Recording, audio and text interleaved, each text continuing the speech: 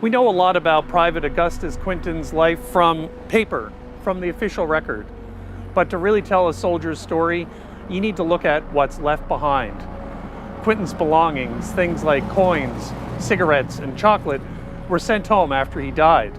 But there's one thing he's said to have owned, which has a bit of mystery to it. Augustus Quinton, he was a 19-year-old fisherman from Redcliffe in Bonavista Bay. He enlisted to serve with the Royal Newfoundland Regiment during the First World War.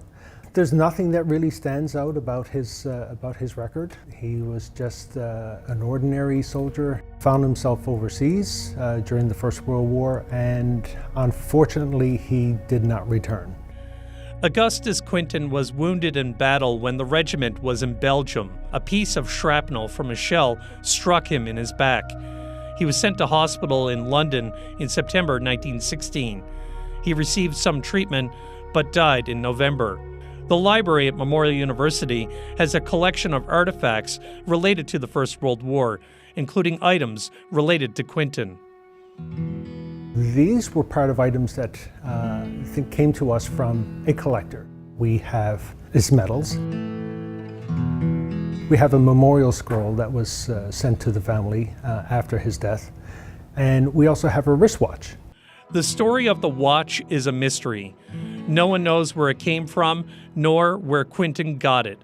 And there are not a lot of clues.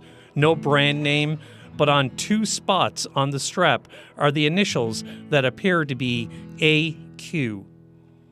The watch is a very interesting piece. It's not what we would think of as a wristwatch today. It would have been a pocket watch that was converted so that you could actually wear it on your wrist. It appears to be a lady's pocket watch. Now, there's nothing particularly feminine about the watch. It's just a little bit more ornate. It's around the time where we're seeing more of a transition from the pocket watch, which was more commonly used, to something that you could actually wear on your wrist and not actually have to fumble for. We would certainly love to know more. The other way to tell the story of a soldier is to not look at what's left behind, but who. Augustus Quinton came from a large family, one that continues to care about what he did. I first heard about Augustus when I was a little boy. My aunt sort of raised me. My mother died when I was young, and my Aunt Jessie was there all the time afterwards. And she spoke of Augustus many times. I can vaguely remember the details, of course, because I was quite young. But she really missed him. She was greatly saddened when he died overseas. They were teenagers together in Bonavista Bay. Dave and his granddaughter Jessie have both had encounters related to Augustus over the years. In high school, Jessie was selected for a trip to France and the United Kingdom.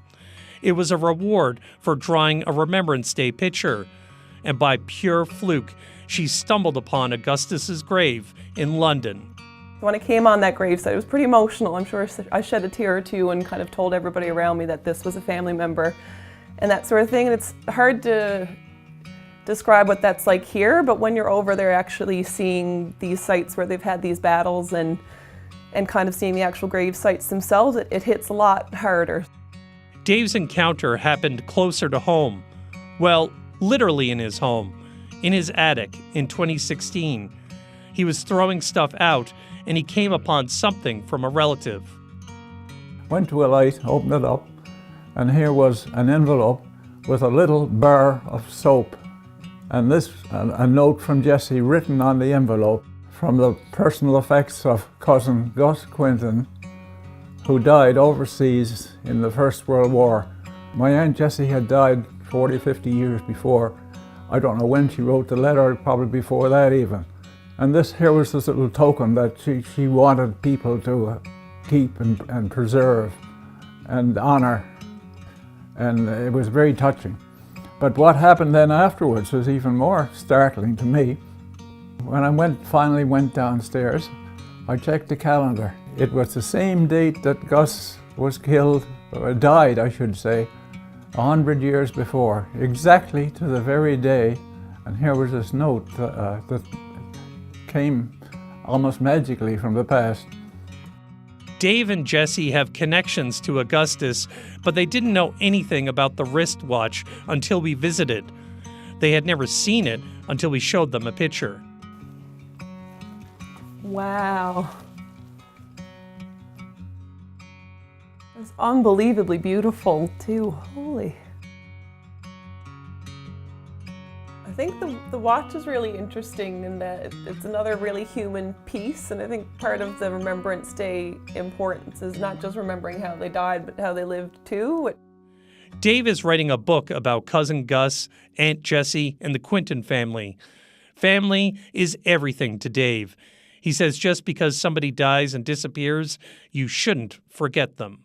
You inspire me, and I'm sure a lot of our other family members, to kind of carry the legacy of all our family members before. You do a fantastic job of making us interested in our history, and that is partly why our family feels so big, is that we can kind of trace it back through generations thanks to the work that you do. I think it's extremely important to remember the sacrifices that were made by these soldiers. I think is in itself is pretty remarkable. To forget about what they've done, I think is the biggest tragedy in this. It's a remarkable sacrifice that they've made for us. We need to remember that. Augustus Quinton is more than just a name on a piece of paper or at a memorial. He's buried at Wandsworth Cemetery in London. Nearby school kids tend to his grave every year. Here at home, some of Dave Quinton's family participate in Remembrance Day ceremonies. Gus's life and story is one worth remembering. Mike Rossiter, CBC News, St. John's.